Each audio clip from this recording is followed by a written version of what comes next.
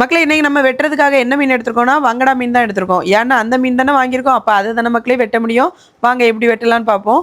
இந்த மீன் வெட்டுறதும், கிளாத்தி மீன் வெட்டுறதும் ரொம்ப கஷ்டம் பார்த்துக்கோங்க. ஏன்னா இந்த மீனோட தொலிய உரிச்சு எடுக்கணும். சின்ன மீன்னா கொஞ்சம் ஈஸியா இருந்திருக்கும். இது கொஞ்சம் பெரிய மீன் பத்தியலா ரொம்ப கஷ்டப்பட்டு தான் வெட்டினேன். ஃபர்ஸ்ட் வந்து என்கிட்ட இருந்த வெப்பன்லாம் எடுத்து வச்சுட்டேன்.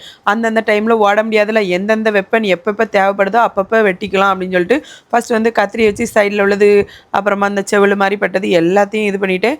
அதுக்கப்புறமா கத்திரி வச்சு ஓரங்களை வந்து கொஞ்சம் நல்லாவே கட் பண்ணி எடுத்துடணும்.